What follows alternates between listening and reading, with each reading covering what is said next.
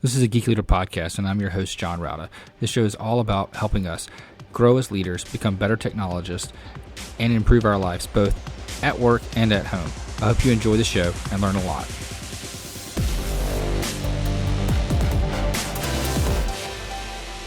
Welcome to a Geek Leader podcast. I'm your host, John Rauda.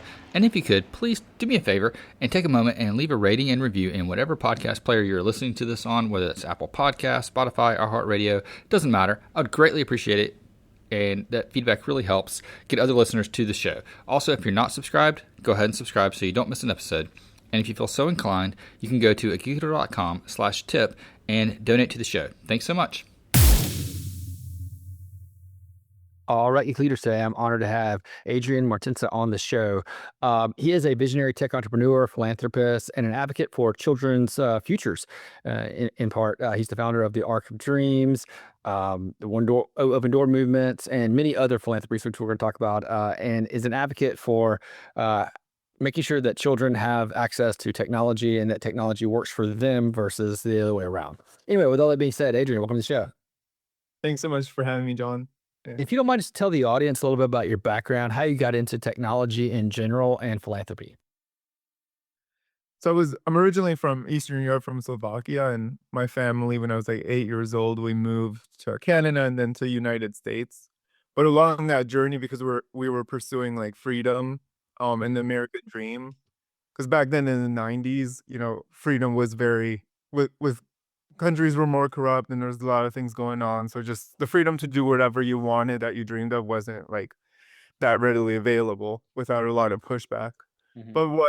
And knowing that and growing up the way I did when we moved, I started seeing that there was like a new oppressor in a way, and that was technology. So while technology was such a great opportunity, of course, if you're the master of it, it also, I slowly started seeing this divide where as time progressed, more and more and more, my parents no longer could hand me my dream because they weren't versed in technology.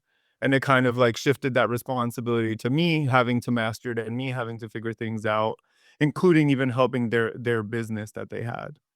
So and then when we moved to America, um, I started seeing that it wasn't just me anymore. There was like kids, parents, like all these people where like they either couldn't afford technology or didn't know how to use it, and I started helping other businesses and all this.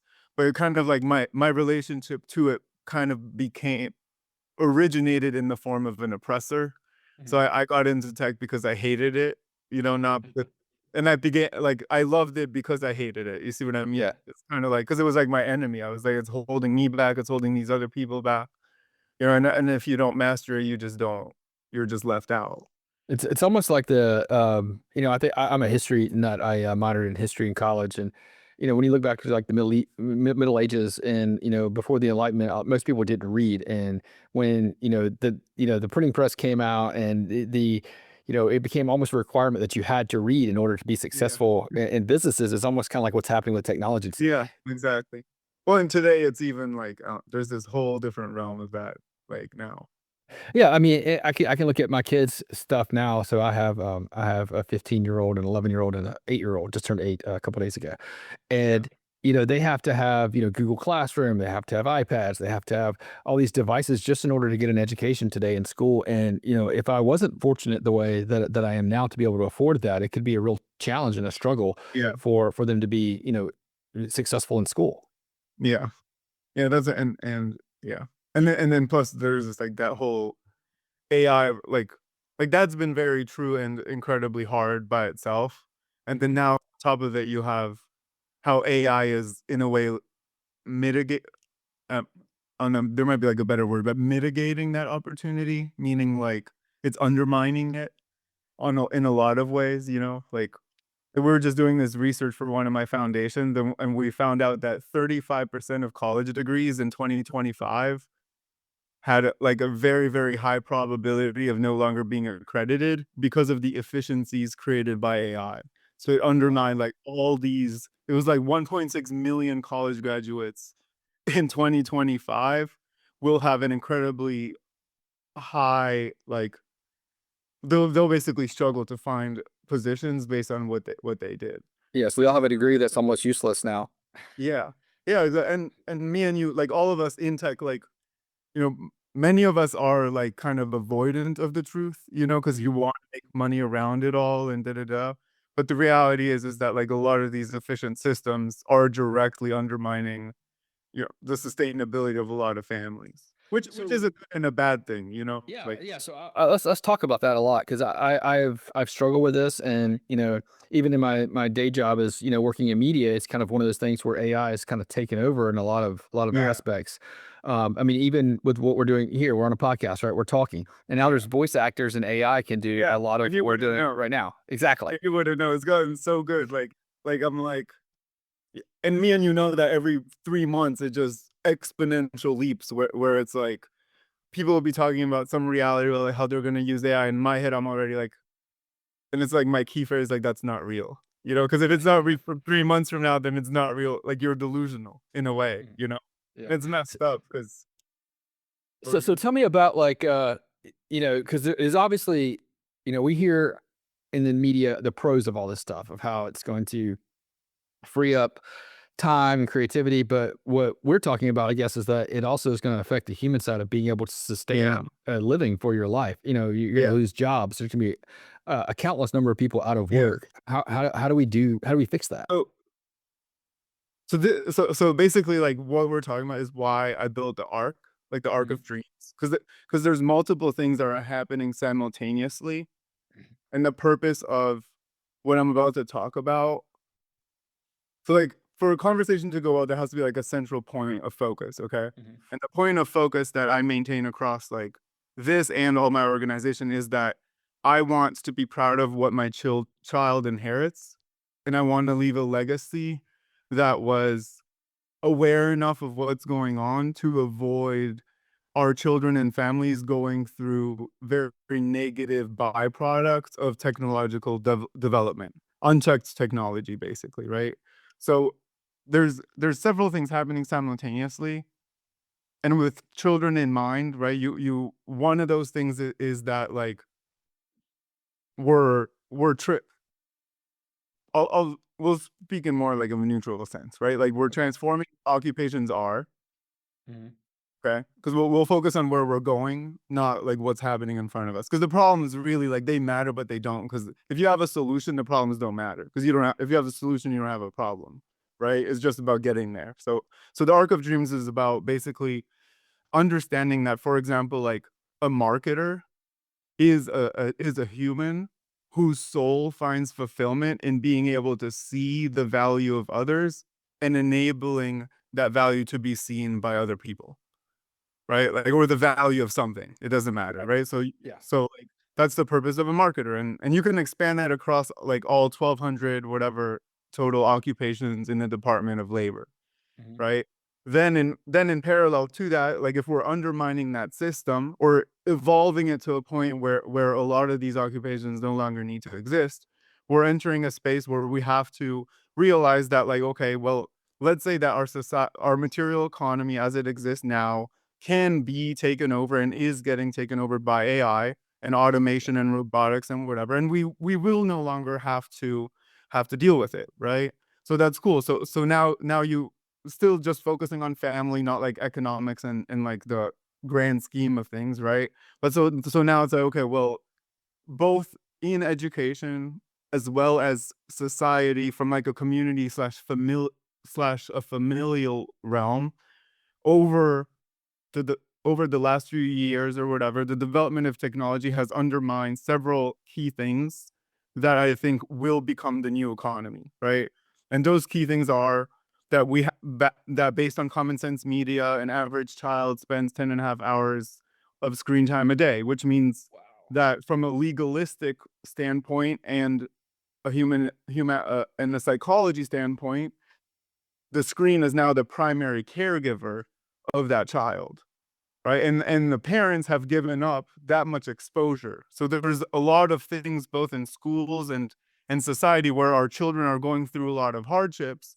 But if they're exposed to ideology, thoughts, patterns, manipulation, and da da da to keep their attention on something 10 and a half hours a day, it is unreasonable for you to think that a half an hour or an hour exposure to something else a day or 2 hours is going to like, you know what I mean? Kind of have like a good pushback. Balance it out. Yeah. So Yeah. is it really 10.5 hours? Is that like Yeah. the, It oh was my seven and a gosh. half before COVID based on Common Sense Media, which is like a Mhm. credible Yeah. Yeah. technology. Yeah. And it's 10 and a half now. And if you look My at gosh. parents, like parents they're very close. Like they're still up there. So if I want to check if mine right now. yeah, I'm no, curious. it's huge. And then you Let's have to see. take into account like the time it takes to drive places and all Yeah. these like, what was yours? 3 hours and 14 Okay. minutes. So There's I limit normal my kids. too. I limit my kids to no more than 3 hours a day through the Apple device. So they don't have any access after 3 hours. It turns off. So Yeah.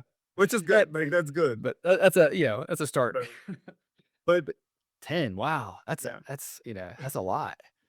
Okay. And you know what? I was actually talking to somebody over Christmas holiday, and it was a relative of mine, and we were talking about screen time, and he mentioned something about how he got his little alert while we were sitting there talking, every Sunday. So he's like that, you're this week you did whatever, and he's like, I'm at 12 hours, like total for the week, and he's like, no, that's my average. I was like, you've got to be kidding me. Yeah. He No, said it's not. that's his job. His entire job is on his phone. He doesn't have a computer. He just does everything off his phone, and I'm just like, oh my god, I couldn't. But yeah, 10 hours for kids. I mean, that means they're doing really Yeah. nothing when do they have time to read or play outside or do Yeah, sports? no, is that and I've realized like because I've worked with over 120,000 kids through our organizations and Mhm. it's like that life has been forgotten. Like coming from Eastern Europe and like having a different mindset, like my parents used to like grab a grill and like go play soccer while like grilling at a park or whatever, but like Yeah. you don't even see that. And I think most parents don't even like reference that because of the intensity of the addiction to phones, so you automatically it's a drug. Like you'd rather go drink or like get your fill of that relief than come up with like be bored and come up with ideas of like what you're going to do outside of it. Mm.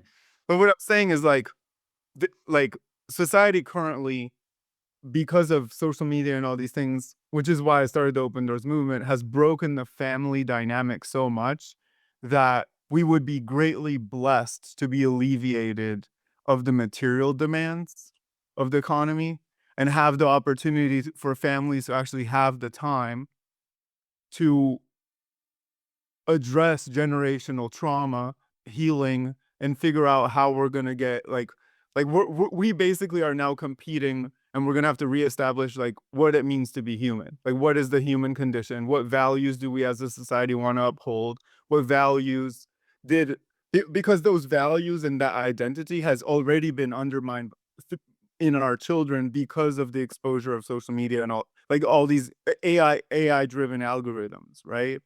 Like you can't even have a conversation with your wife or somebody without getting targeted on social media about that topic in a way that it actually triggers fighting because it keeps you more on the screen. Like it'll give you ideas of like, oh, how like you should be fighting right now, or you should not agree. Like it fuels, you know what I mean, Yeah, it negativity. fuels the It's crazy. conflict. Yeah.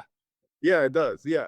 And it's not even us. Like if it wasn't, it's like having a neighbor that you'd go like the probability of going to your neighbor's house, talking about your conflict and them egging you on because they're physically there is a million times less likely than getting on the phone. You Yeah. know?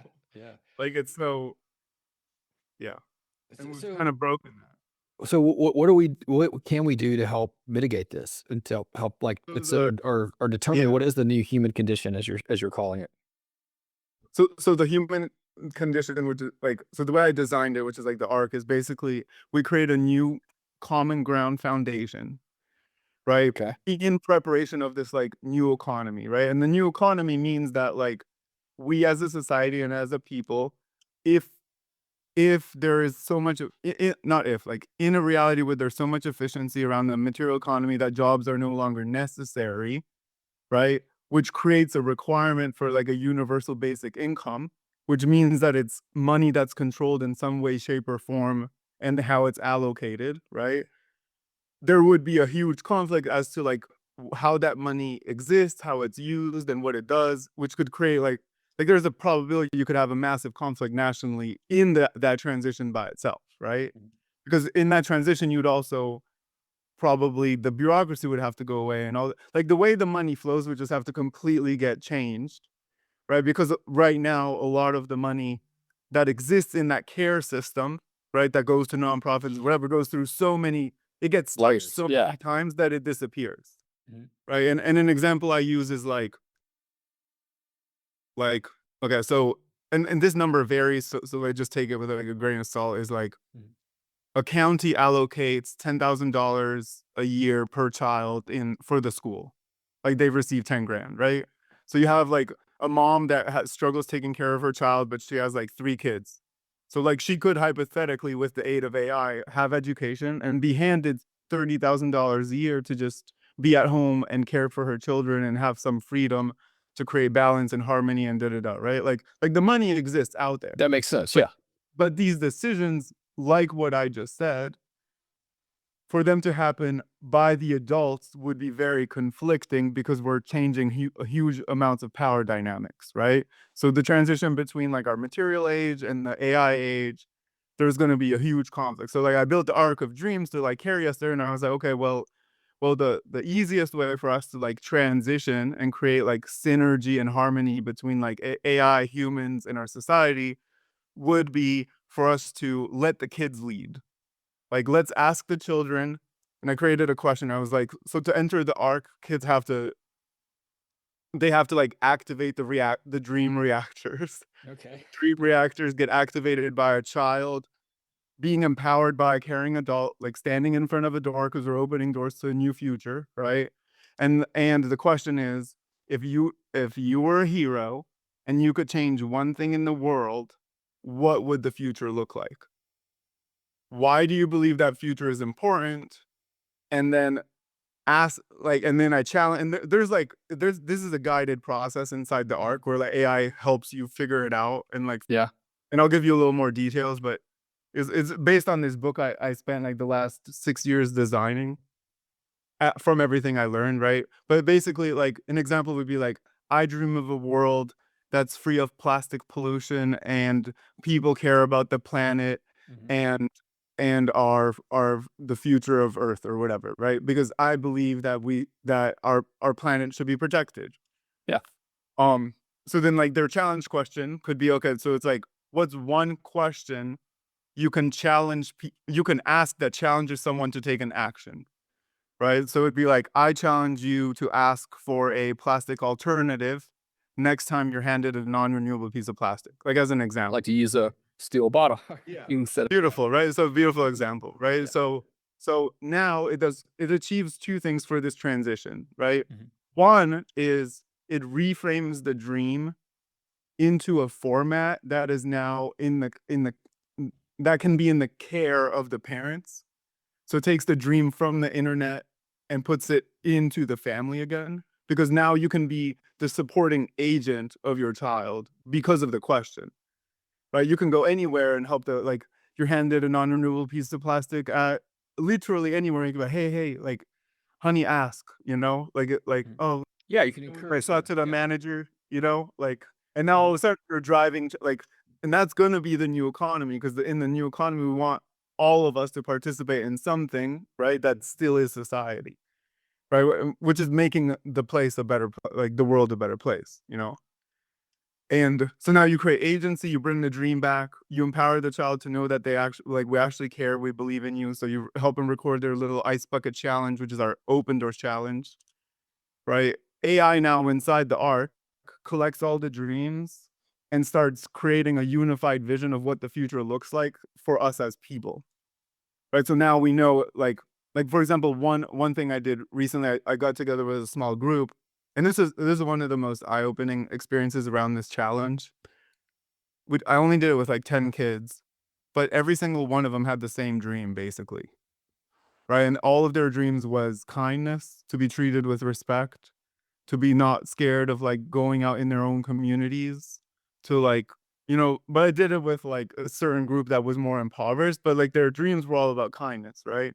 And their challenge became like, I challenge you to ask someone to be kind when they're not. And a lot of them were bullied, and I found it out through that process, right, that they were getting bullied or that they were having hardships at home and whatever. which is also why that process, that dream guide book that I made, is designed to create a meaningful conversation that creates a safe space for a child and a parent to talk about their vision of the future without making it too personal. And you get to learn about the darkness or suffering that your child has experienced without directly addressing it through the vision. Mm. You see what I mean? Yeah, because a lot of kids are afraid to kinda, share Yeah, this. They'll exactly. be Yeah. this gives them a path to kinda ease into it, I guess you would say. Yeah, exactly. And it makes it like a little bit okay, and you kind of know, you know, with the mental health crisis and all this stuff happening is like the hardest part of it. And I've had like many suicidal friends over my life, but is that people are scared to talk to, like, it's a very hard conversation because of the reactivity. So you can't really approach it directly, Mhm. right? Like it's hard. But so you have Yeah, to and a lot of people have, find. like, negative thoughts where they'll shut down when you approach things directly. Mhm. So they have to find a way to kind of roundabout into it, Yeah. So yeah, that makes total sense. Tell me a little bit about this book that you put so much time putting together Um, and well, so it's called the Dream Guide. the Dream Guide. Okay. So it's a book that, like, well, you go through the process of like establishing, like, what I was talking about, like, what makes you Yeah. feel So it's like a happy. it's a active workbook that. Yeah, yep, Yeah. and then you pick, like, one of 6 hero types, which, Mhm.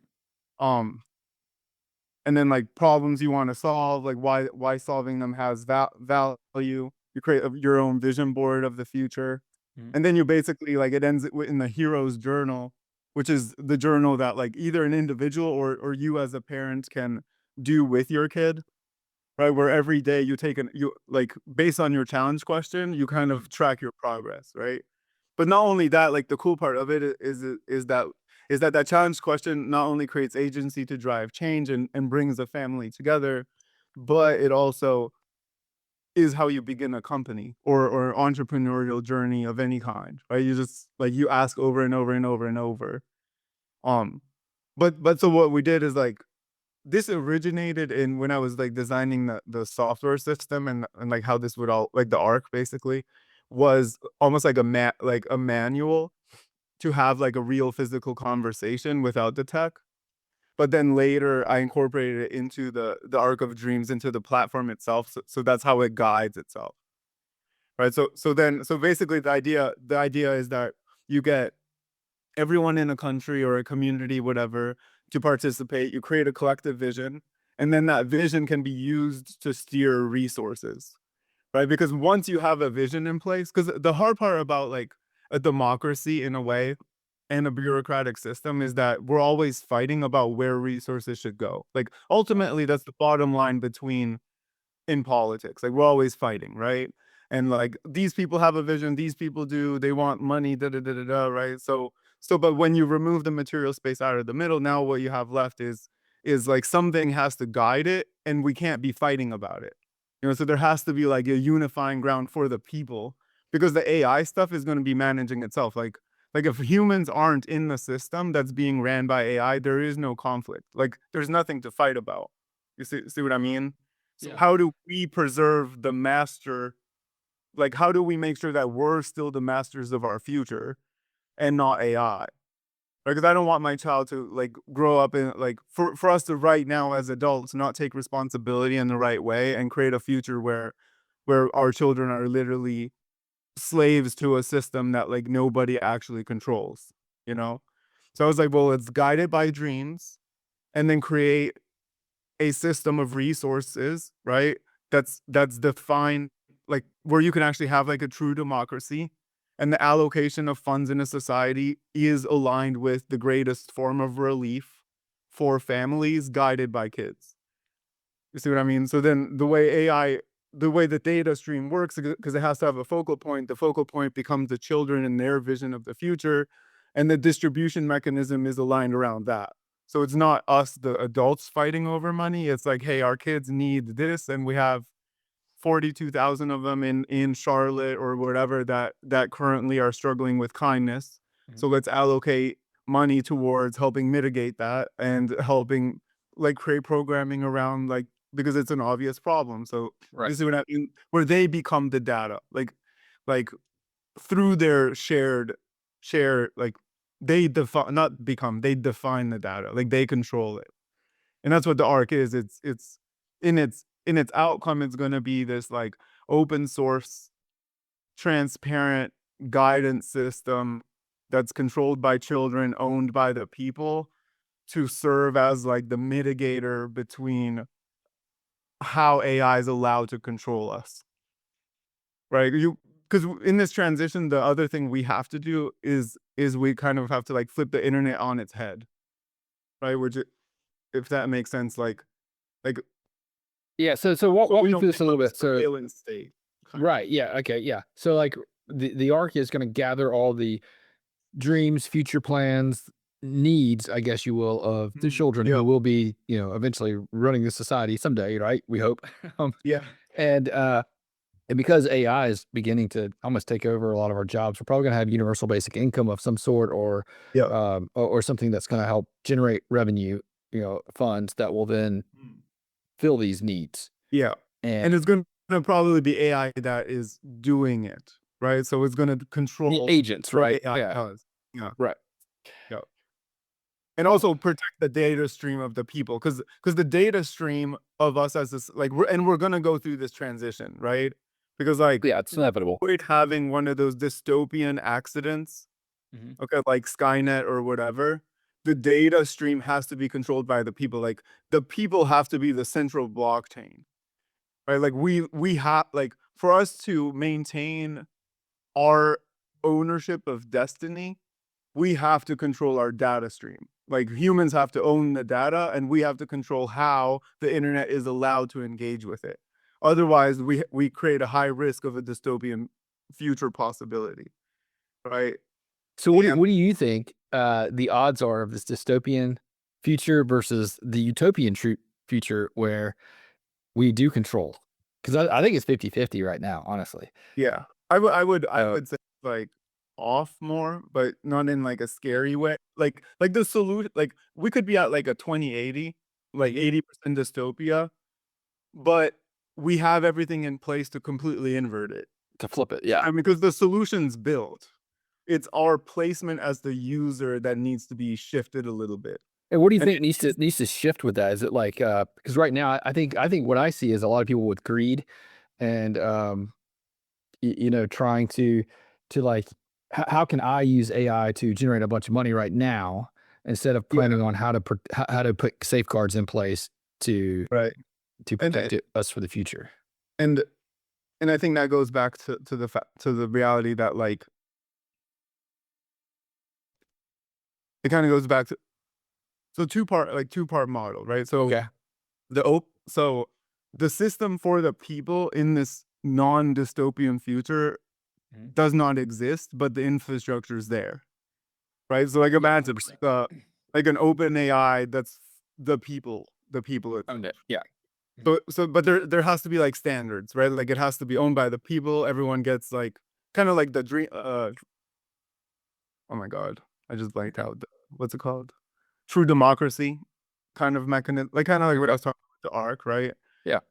That system has to like that system has to manifest for us to mitigate the dystopian future, right? Mhm. Everyone that's that would cause the dystopian future because of how systems currently work financially, the greed is built in. Like I give people the probability of the doubt because I blame the system first before I blame the human.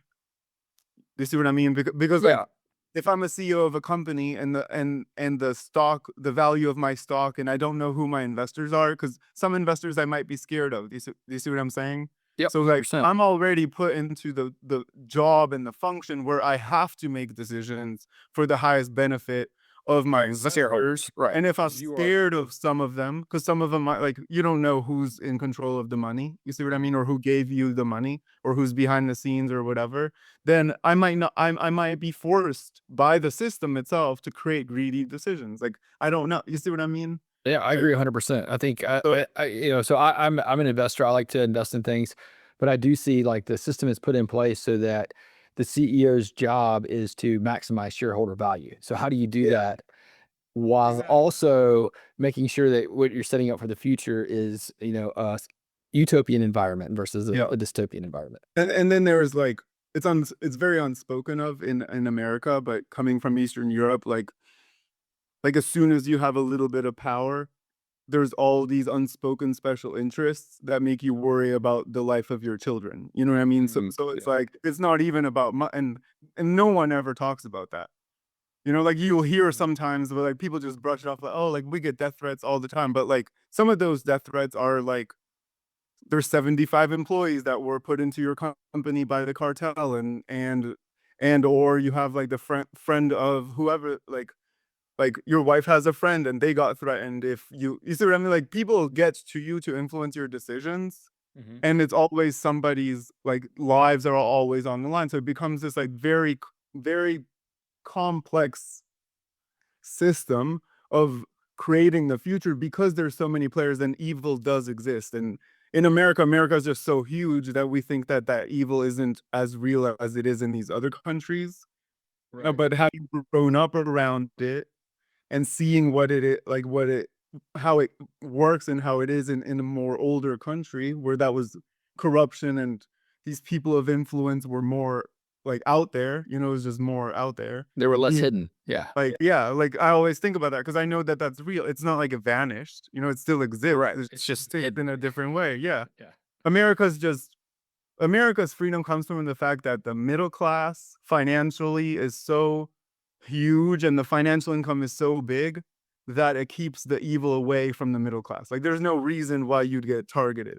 And it just happens to be a high enough income where people can have these like beautiful American dream lives without needing to worry about the mob or the cartel or somebody like threatening their children. You see what I mean? Like and that's the freedom essentially that America provides but it still exists in that top 1%, right? It's just, but it's only 1%. In other countries like Eastern Europe, It's more. there is no middle class. So it's obvious, you know, like, oh, somebody got blown up. Oh, we know why. Like they didn't agree with something. So like they got off on the street. Like, you know what I mean? Like, and that's normal. That's like a normal thought. Like you're not like, you assume it's corruption. Here it's like, here you have, what's it called? Conspiracies Yeah, conspiracy in theories. Eastern, Yeah, yeah, you have it's corruption and like some shit happens. Your first thoughts as a people are like, yeah, they're just trying to steal money from insurance or yeah. something crazy. Here it's like all of that is labeled as conspiracy. But what my point is like the people have to like I do believe that I I believe that even in the greed and all these things, managing all this stuff happening that even the people in power, even if they seem greedy, like everyone's still scared of Mhm. mass chaos. Like all of us are, because it affects everybody. You know, like Oh, yeah. every has 100%. families and kids and all like no one wants a civil war, no one wants all this stuff. But the truth is that like for this transition to occur, the people have to create a system that can pair with the AI, like with all of this other stuff that's happening. You see what I mean? And that's gonna be the unifier between like the left and the right and all this other stuff is going to be the fact that like now with AI and technology, we can actually create a system of care for ourselves, right? Where we can just stop fighting and like be okay and transition into this more like happy, prosperous future where we don't have to work and we can actually focus on ourselves, our families, and protect that relationship where AI is symbiotic, you know, with us. And and like yeah. No, yeah, I agree with you 100%. I think that's the way it's gonna end up. I definitely think it's gonna end up with a symbiotic relationship, not like a dystopian future. Mm. I think it could go either way, but I definitely think it's gonna end up with more of a I mean, you go back to the Industrial Revolution, when we first got, assembly lines and factories to build things, we lost a lot of jobs there. There was this whole, fear that happened. We even had a stock market crash, but Yeah. it all came back around and we learned how to work with it and, grow with it. I think the same thing's going to happen with AI.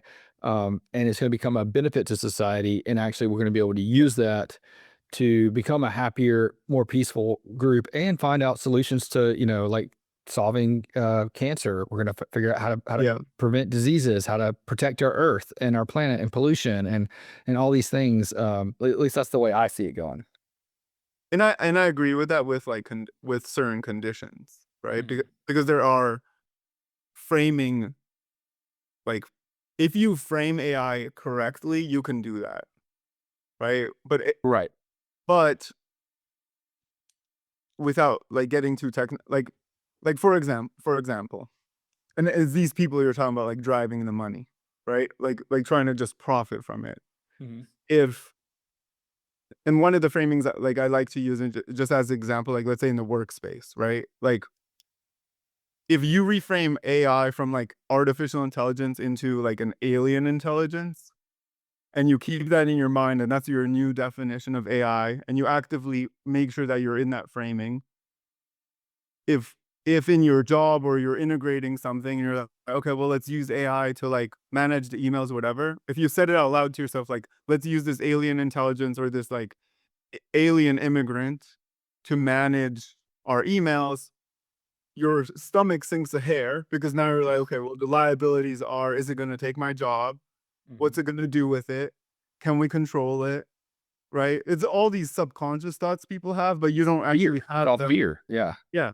So, and and and the byproduct of that framing is assimilation rather than systems, right? Because ultimately all of the like when you're a CTO and you go into a company, you try to put in the technology around the company's vision and culture while still it being like aligning well with how the users work and how the data needs to flow and all this stuff. So there is a controller there, right? But in AI, that controller currently doesn't really exist, which goes back to like the dreams of the children, but also this reframing, right? Because we are currently in the middle of like AI is basically the Manhattan Project, and there is a massive amount of complexity in how it can be leveraged for war without people knowing that it's happening. You see what I mean? Like, Yeah. and I think we need to have that framing and have the awareness and communication on like how we're going to mitigate those realities, because those realities for the first time in history are going to make the front lines of war the minds of our children and the state of the family, and it makes it really really easy. You see what I mean? So like we don't want that, and that should be like Right. how we think in entering the future, which goes back to this like open doors movement, which is this massive petition I've been like working on to get big tech to take responsibility for how our children feel.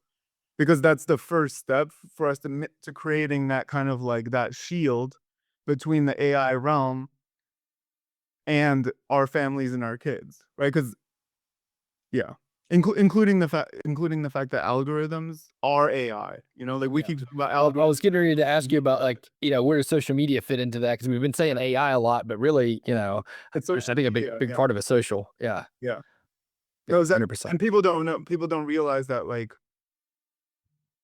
the first structure of AI, it wasn't called AI yet, right? Happened after World War II in parallel to the formation of the CIA, when they created the system to count how many times words were repeated in a geographical area, like the frequency, Mhm. where they started predicting the future, right? And that predictability pattern based off of just language was also in parallel the founding mechanism of advertising for social media companies.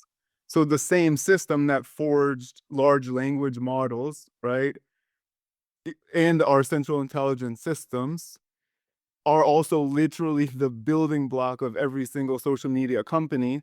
And on top of that, you have algorithms that are just patterns that achieve outcomes, right? But every single one of those patterns that's created, its primary intention generated by this predictability model, which is this AI, is to keep you hooked. Yes, engagement, But right? yeah, so it makes it's addiction, right? Addiction Addiction. Yeah, that's a better word. with predictable purchasing behavior. So I'm Mm. I'm literally using content to control your doubt and fear, because doubt and fear is measurable in the scientific method. Mhm. Hope and love are not.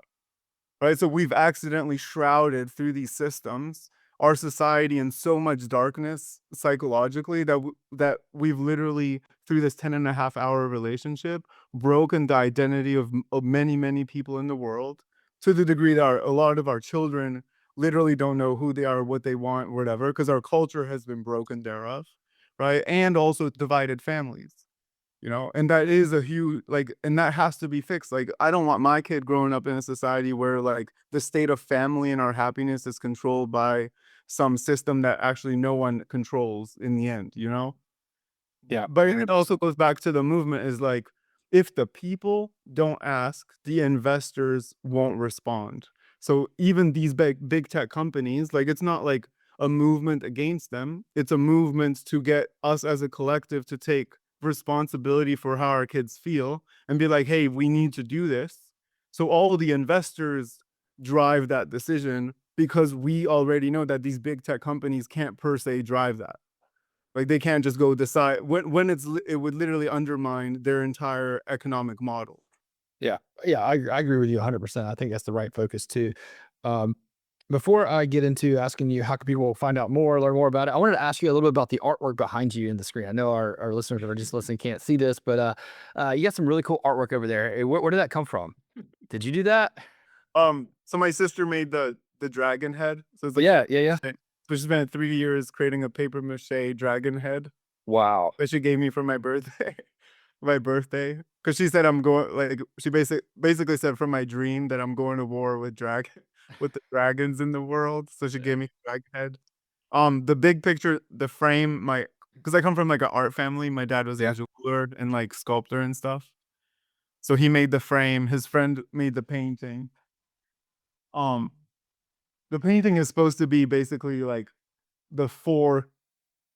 Like, he said it's basically the four cultures of Earth. Like, apparently Earth originated in like these four cultures coming together, the four civilizations, and then these other ones were just kind of like pictures from a world like that. Because first was man asking me to like talk about Well, I think they're very cool. I think it was really cool. things. I appreciate it. Yeah. Oh, well, I think we had a good conversation, talked a lot about some cool stuff. How can people learn more, connect with you online, and get involved with the Arc of Dreams? Um, well, I'd love for them to come in through like the opendoorsmovement.org, Mhm. which is our Okay. petition. It's kind of like centralizes what our intention is. But the arkofdreams.com is the platform. And that's where parents and kids are encouraged to talk about the future that they want to inherit, and for us to come together as a people to like power up the arc with the dreams and start creating like collective vision, so that way we can achieve that goal of creating a future that isn't mastered by AI but rather empowered by it. Yeah, well, I think that's great.